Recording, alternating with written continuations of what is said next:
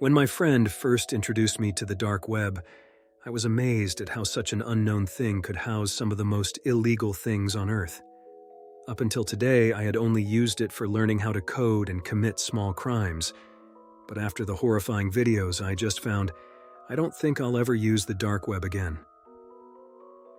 I first met my best friend Alex a little bit after I got into high school. My parents had moved us to a new town and I had no friends. It was lonely at first, but I got used to it. We moved because they were paranoid after many murders occurred in our town. I thought this was weird, moving across the country over that, but I let it go. The reason Alex and I became friends so quickly was because we both had a shared interest in the internet and everything it had to offer. I was a gaming addict and a Tier 3 Pokemon subscriber, while he was more of a coder and developer. 2 years later, we were still best friends. But now we are much older and smarter. Alex had discovered the dark web and he was obsessed with it. He pretty much spent every hour of the day on it, searching through anything you could imagine. There was nothing wrong with this, but one search he made was the biggest mistake of his entire life. I remember waking up to dozens of text messages from him one morning. This wasn't normal. Alex wasn't a very social person, and it was very hard to get words out of him. I opened my phone to see what he had messaged me. "Dude, Jack, you have to come over right now. This is important. Jack, please wake up. This is urgent. Where are you?" These were only some of the messages, but the rest were very similar, with them all being urgent, and that I needed to go to his house immediately. My parents were both at work still, so I went over to Alex's house. When I arrived, there were 4 cop cars parked in front of his house, and there were dozens of people in news vans standing out front. I made my way through the crowd, and Alex's mother told the police to let me inside. I could see tears rolling down her cheeks as she opened the door. "What's going on, Mrs. Gonzalez?" I asked. "Alex is missing," she said as she started crying. My heart sank. How could this happen? He had just texted me earlier that morning. That was when it hit me. What if he was trying to warn me? What if his text messages were related to his disappearance? Still in shock, I walked up to one of the detectives in the kitchen. "Is Alex going to be okay?" I asked. One of the detectives responded, "Of course he is. He's going to be just fine. We're going to find him very soon." Something about that response was off. It was like I knew he was wrong. Deep down, I had this slight feeling that I wasn't going to see him ever again. I remembered the text messages and pulled out my phone to show it to the detective. "He texted me this morning. What if this has something to do with him going missing?" I said swiftly. As he began reading them, his expression quickly changed. It was like it got worse. He told me they needed to keep my phone for now to investigate the text messages and said they would give it back to me later. I stayed around the house for a while, not just because I missed Alex, but because I wanted to comfort his parents. They cared about me a lot, and it hurt to see them like that. His mother couldn't stop crying. Eventually, however, I went into Alex's room to see if I could find anything that might give a clue about why he went missing. I searched through everything, but I found nothing at first. But then I noticed something. Alex's computer was on, but his monitor was turned off. I looked for the button to turn it on and hit it. As the screen lit up, my heart sank. He was on the dark web. Obviously, this was normal, but for some reason he had dozens of different tabs opened. I knew this part wasn't normal, so I closed the door and locked it, and began going through them. At first, it was all normal stuff for him, but then things started to get weird. He had a tab open that was an article about a murder that had happened several years ago. The article said that it was a woman who was found dead in her apartment. Her body was mutilated, cut up, and covered in acid. I nearly threw up reading it and seeing the horrifying pictures of the crime scene. Not wanting to see any of it anymore, I switched the tab, just to reveal another article about another murder. Confused, I quickly went through the rest of the tabs he had open, and they were all the same thing. They all were about some type of murder or crime.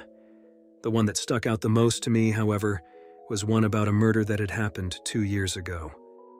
At first, it seemed pretty normal, but as I read further, I realized what it was. It was about the murder of our neighbor that prompted us to move away. Confusion quickly swept over me. How did Alex know about this? I never told him about it, because to me it wasn't that important. I figured it must have just been a strange coincidence, but then I saw the last search he had made on his computer. It was my last name. Horrified and confused, I quickly stumbled out of his room and back to the living room. "Is everything all right?" Alex's mother said, sniffing away her tears. "Yeah, I just need to go home," I responded. On the way home, so many questions and thoughts filled my mind. Why was he searching up my last name? Did he think that I had something to do with this? That must have been why he was texting me so frantically that morning. If only I could just explain to him that I didn't do anything wrong. But I couldn't. He was still missing, and I had to find out why.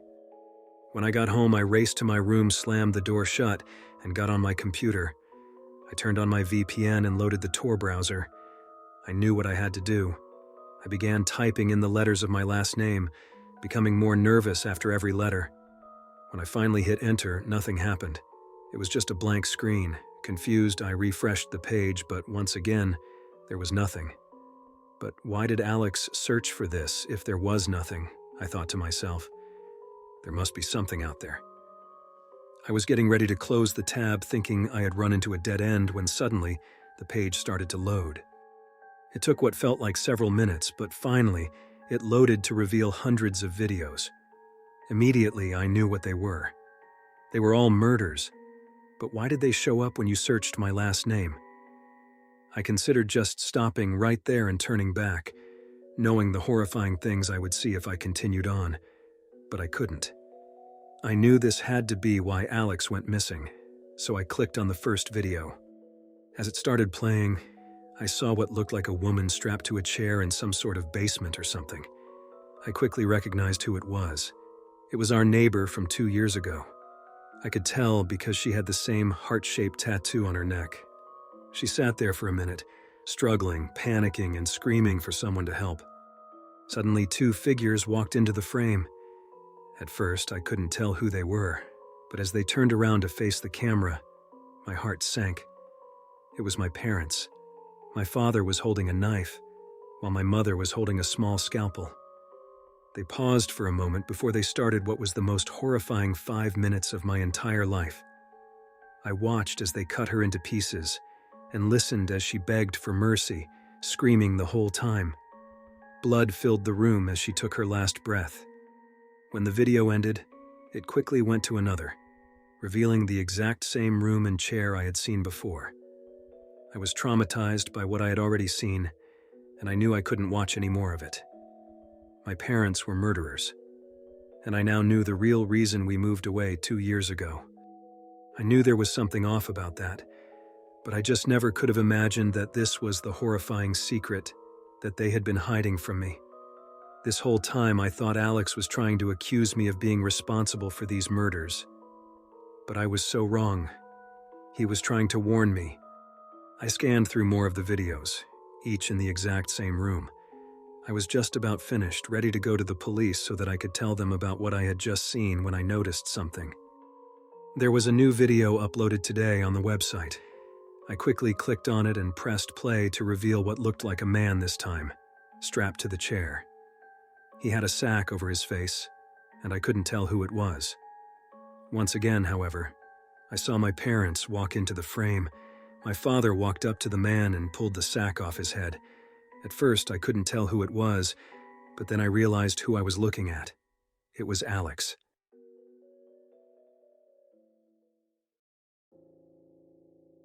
Hey everyone, I wanted to share something terrifying that I went through recently. I don't know if anyone will believe this, but I must tell someone. A few weeks ago, I started hearing voices in my head. At first, it was just whispers I could barely make out. I figured I was just stressed from work or something and tried to ignore them. But over the next few days, the whispers grew louder and more frequent. They'd come at random times, when I was cooking dinner, driving to work, lying in bed. I couldn't make out exact words, but the voices sounded urgent, like they were trying to warn me about something important. I was freaked out, of course, but I hoped they would just go away on their own. I didn't want to ask for help and seem crazy, so I just went about my daily routine as the creepy whispers kept invading my mind. But one night, as I was washing dishes, one voice came through crystal clear, "Go to the basement." It was so sudden and vivid that it made me drop a plate on the floor. I stood there stunned, wondering if I had imagined it. The voice came again, more insistent. "Go to the basement, now!"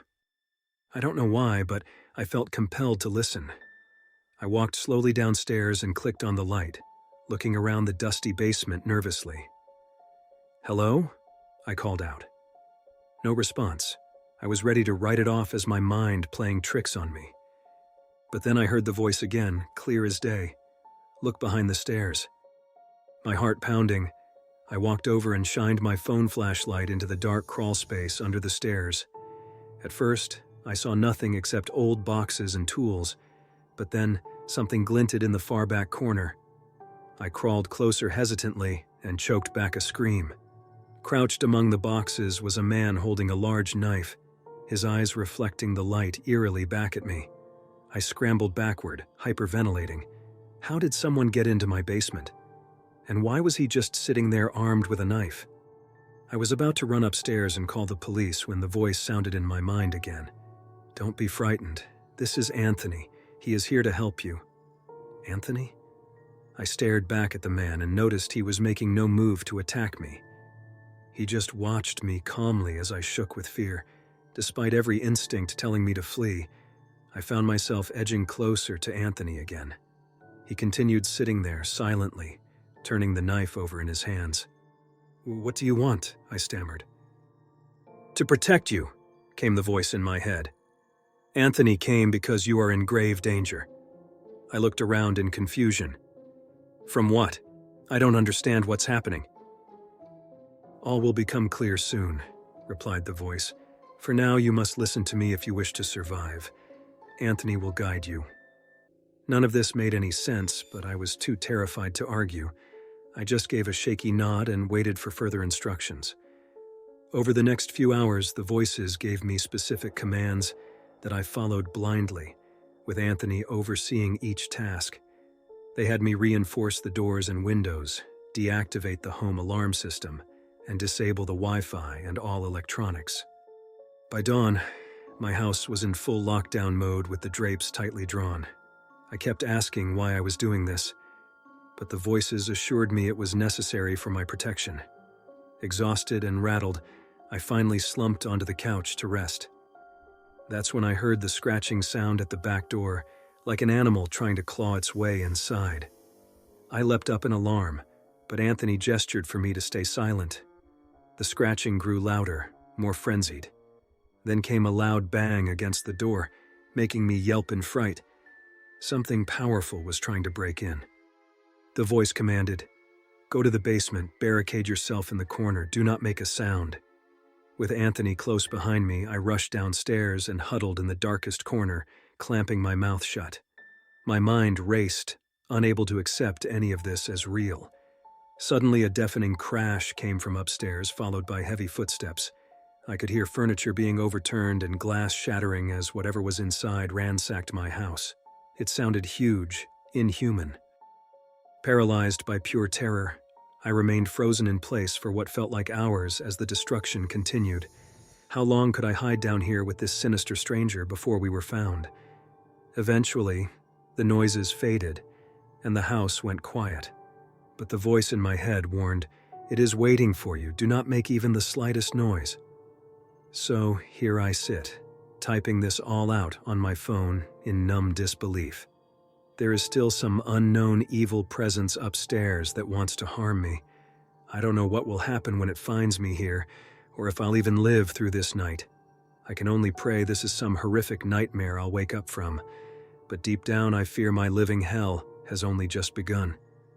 And I sense it will end when this protection I've been promised comes to collect its price.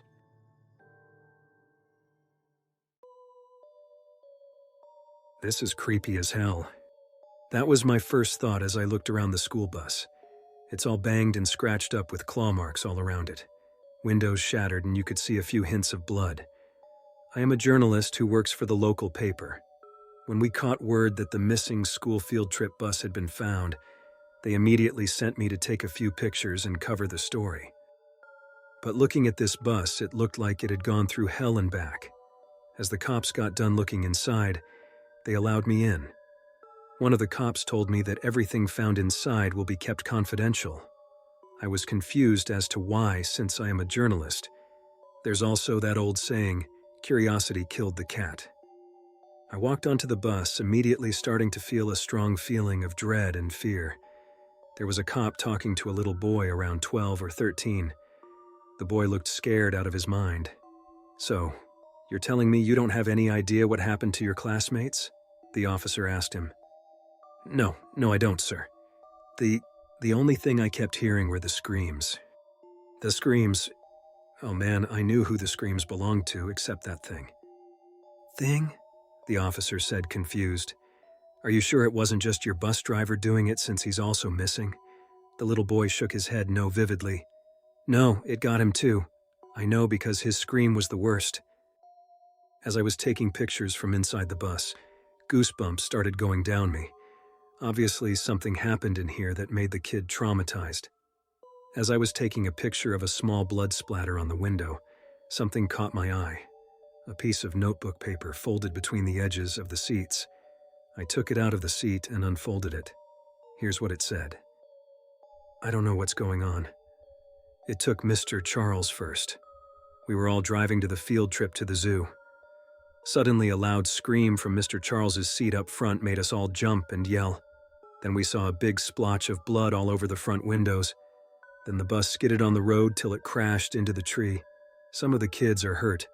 Mrs. Laramie and Mr. Hopkins are helping us as best as they can. So was the kid's story true? I thought as I put the note in my pocket while avoiding suspicion. I went over to the next couple of seats and saw another folded up piece of paper. This one had blood on it, which made it hard for me to open it and trying not to gag. We were all scared. That thing, it got Sarah and Tommy. They were both crying and sitting by the windows when suddenly long, elongated white hands came out from the window and grabbed their heads and I can't describe it. It was all too sick. That one made me chill down to the bone. As I was taking more pictures, the cop came up to me. We're going to take this kid outside. If you see anything, make sure to yell for us. I nodded, trying to keep my composure. The cop then shakes his head at me and calmly leads the boy outside. The sound of an ambulance approaching makes this all sound like a bad nightmare. It didn't take me long to find another note. Mrs. Laramie is now in shock. That's what Mr. Hopkins called her. She is just sitting in a ball and rocking back and forth. I'm scared of that thing, and I just want to go home.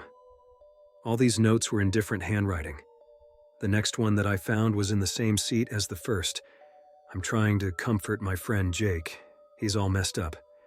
Saying that if we all looked at the windows that we all would be saved. Mr. Hopkins is gone now. He tried to get out of the bus doors and get some help. As soon as he got to the doors, the arms came back again. We all looked away as we heard his screams.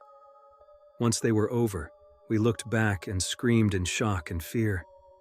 Mr. Hopkins lay on the floor looking like a broken pencil. I held my mouth as I felt like bile coming up. I looked back at the front door. The only thing I saw was a big blood puddle. As I got to the end of the bus, I found a final note. If anyone sees this note, just tell my parents that I love them. There's only 5 of us left. Marcus can't see, so we wish him the best. We're gonna look in the windows. 2 of us on each side holding hands. Maybe if we all do this, it will let Marcus live. See you on the other side. John. Tears were going down my face as I put the final note in the other pocket. As I got out of the bus, there was a whole bunch of commotion going on. I saw the cop from before and went up to him. Hey, what's going on? I asked, my lips shuddering. He looked back at me with a scared expression. One of the EMTs went to check on the kid. As he went to check on him, long, elongated hands with claws came out from the right back window of the police cruiser and just squished his head. The kid then fell in shock. We put him in the ambulance and it's en route to the hospital. I'm surprised you didn't hear any of that. I must have been in a daze after reading all the notes from the kids. What he said left me speechless. I quickly got in my car and left. I don't know what type of creature this is. Maybe you all can help. There's got to be a perfect explanation for what happened on that school bus.